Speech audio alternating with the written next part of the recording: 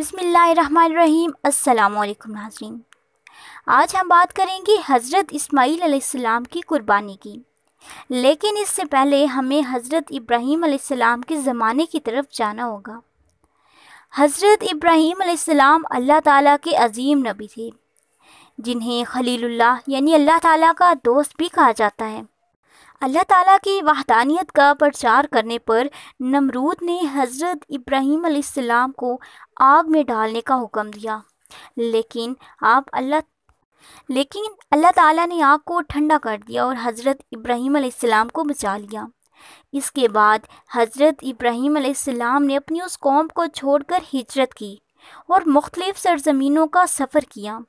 ان کی شادی حضرت سارہ علیہ السلام سے ہوئی، جو کہ ایک نیک اور وفادار بیوی تھیں، لیکن کافی عرصے تک ان کی کوئی اولاد نہ ہوئی، جو کہ اس زمانے میں ایک بہت بڑی آزمائش سمجھی جاتی تھی۔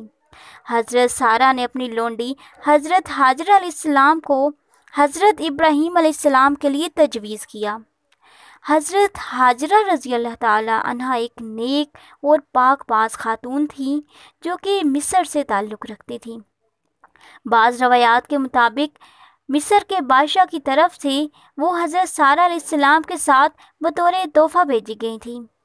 حضرت ہاجرہ کی شادی حضرت ابراہیم علیہ السلام کے ساتھ ہو گئی تو کچھ عرصے کے بعد حضرت ہاجرہ کے ہاں ایک بیٹے کی پیدائش ہوئی، جن کا نام اسماعیل رکھا گیا۔ لیکن آزمائش یہ آئی کہ اللہ تعالیٰ نے حکم دیا کہ وہ حضرت ہاجرہ اور ننھے اسماعیل کو لے کر کسی دور دراز سرزمین پر چلے جائیں۔ چنانچہ آپ ان دونوں کو لے کر ایک ایسی سرزمین کی طرف روانہ ہو گئے جو کہ اس وقت بالکل ہی غیر آباد تھی۔ یہ سرزمین آج مکہ مکرمہ میں موجود ہے، جہاں پر نہ پانی تھا اور نہ ہی کوئی درخت اور نہ ہی کوئی انسان آباد تھا۔ اس وقت ان کے پاس تھوڑا سا پانی اور کھجوریں موجود تھی۔ حضرت ابراہیم علیہ السلام نے حضرت ہاجرہ اور ننھے اسماعیل کو وہاں پر چھوڑ دیا اور گھر واپس آنے لگے۔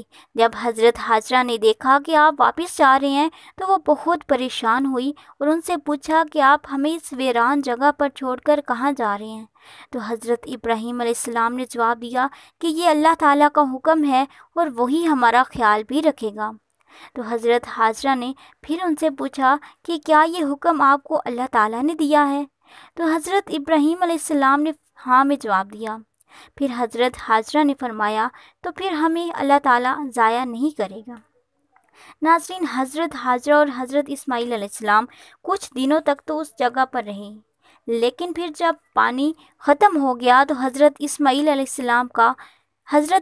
السلام پیاس کی وجہ سے رونے لگے۔ تو حضرت ہاجرہ نے اپنے بیٹے کی یہ حالت دیکھی تو ان سے رہا نہ گیا۔ وہ پریشان ہو گئی اور 2 پہاڑیوں صفا اور مروہ کے 7 چکر لگا دیے، لیکن پانی کہیں سے بھی نہ ملا۔ جب آپ واپس آئیں تو آپ نے دیکھا کہ حضرت اسماعیل علیہ السلام زمین پر ایڑیاں رگڑ رہے ہیں اور اسی جگہ سے پانی کا ایک چشمہ پھوٹا۔ یہ چشمہ آج زمزم کے نام سے جانا جاتا ہے۔ حضرت ہاجرہ نے خود بھی پانی پیا اور بیٹے کو بھی پلایا۔ ناظرین، اس کے بعد ایک جرہم نامی قبیلہ وہاں پر آ کر آباد ہو گیا، لیکن حضرت ہاجرہ نے شرط یہ رکھی کہ زمزم کے کنویں پر ان کا حق رہے گا۔ یوں مکہ میں زندگی کا آغاز ہوا اور حضرت اسماعیل علیہ السلام ایک نئی بستی میں پروان چڑھے اور نئے قبیلے میں۔ حضرت اسماعیل علیہ السلام نے ان کی زبان اور رسم و رواج سیکھے۔ حضرت اسماعیل علیہ السلام نہایت ہی خوبصورت، ذہین اور نیک انسان تھے۔ جوانی میں آپ نے جرہم نامی قبیلے کی ایک لڑکی سے شادی کر لی۔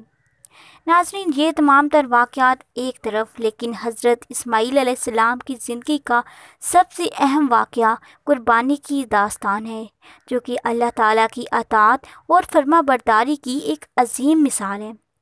جب حضرت اسماعیل علیہ السلام کی عمر 13 برس ہوئی تو حضرت ابراہیم علیہ السلام کو اللہ تعالیٰ کی طرف سے خواب میں حکم ہوا کہ وہ اپنے بیٹے کو قربان کر دیں، چونکہ انبیاء کرام علیہ السلام کے خواب سچے ہوتے ہیں، تو اس لیے آپ نے اپنے بیٹے سے کہا کہ اے میرے بیٹے، میں نے خواب میں دیکھا ہے کہ میں تمہیں قربان کر رہا ہوں۔ تو اب تم بتاؤ کہ تمہاری کیا رائے ہے؟